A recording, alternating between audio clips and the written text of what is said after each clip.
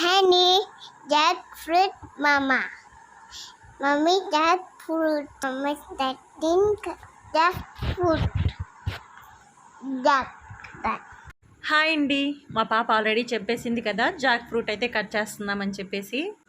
ఈ వీడియోలో అయితే నేను జాక్ ఫ్రూట్ని ఎలా కట్ చేశానో చూపించేస్తాను. ఫస్ట్ అయితే ఈ విధంగా కట్ చేసేసాను అనమాట. కానీ ఆయిల్ అప్లై చేయడం మర్చిపోయాను.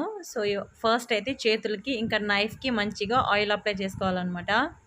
నెల్లూరులో బండి మీద అమ్ముతూ ఉంటారు కదా, సో అప్పుడైతే చూసానమాట. వాళ్ళు ఇక్కడ నేను కట్ చేశాను కదా తొడిమ, సో అట్లాగా కొంచెం లోతుగా కట్ చేసి బోర్లించి పెడతారనమాట. సో దట్ అందులో ఉన్న పాలు, గమ్మి మిల్క్ పాలు లాంటిది ఉంది కదా, సో అదంతా కూడా బయటకు వచ్చేయడానికేమో. సో అందుకని చెప్పేసి నేను కట్ చేయక ముందు కూడా అలాగే పెట్టున్నాను అనమాట.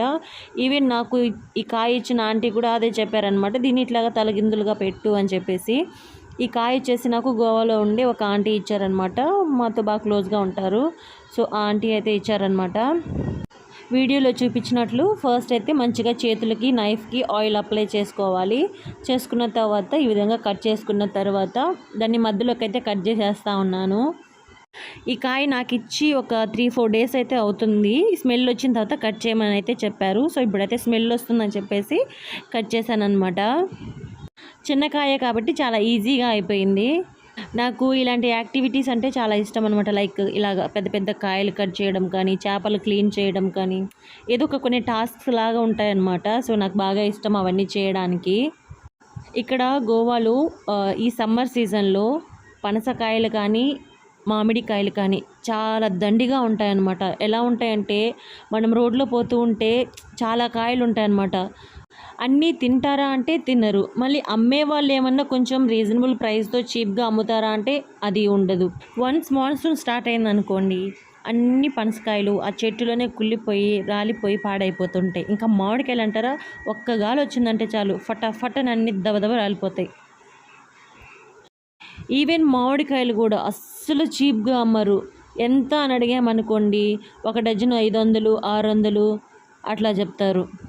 ఎవరైనా ఇప్పుడైనా కోస్తుంటారేమో జాక్ ఫ్రూట్స్, అడిగితే ఇస్తారు, లేదంటే డబ్బులు పే చేసన్నా తీసుకుందామని చూస్తే చాలా రేర్, అసలు కనిపించరు కూడా కాయలు కట్ చేస్తా వాళ్ళు.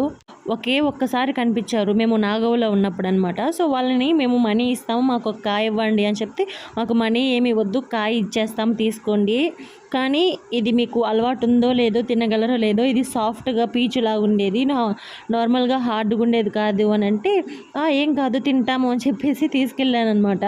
తీసుకెళ్ళి అది పండే వరకు పెట్టి ఆ వాసనకి ఇల్లంతా మంచి వాసన వస్తూ ఉంటే కట్ చేసామన్నమాట. మొత్తం పీచుగా ఉందన్నమాట. నోట్లో పెట్టుకుంటే గొంతుకు అడ్డుపడుతుందన్నమాట. వాళ్ళు చెప్పినప్పుడు వినాల్సింది అని చెప్పేసి అప్పుడు అనిపించింది. ఇక్కడ వీడియోలో చూస్తున్నారు కదా, నేనైతే దాన్ని 2 భాగాలుగా చేసేసుకున్న తర్వాత మిడిల్లో హార్డ్గా ఉండే పార్ట్ ఉంటుంది కదా, సో అది మొత్తం కట్ చేసేసాను అనమాట. ఎందుకంటే అక్కడి నుంచి గమ్మీగా ఉండే ఆ లిక్విడ్ వచ్చేది. సో దాన్ని అయితే క్లీన్ చేసేసి ఇది ఒకసారి ఇలా పైకి ఇలా పుష్ చేసుకోవాలన్నమాట.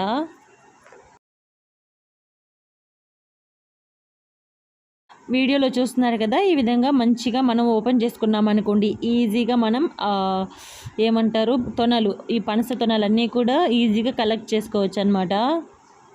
నాకైతే పర్సనల్గా బాగా ఇష్టం ఈ పనసకాయ అంటే. మా వారు తింటారు.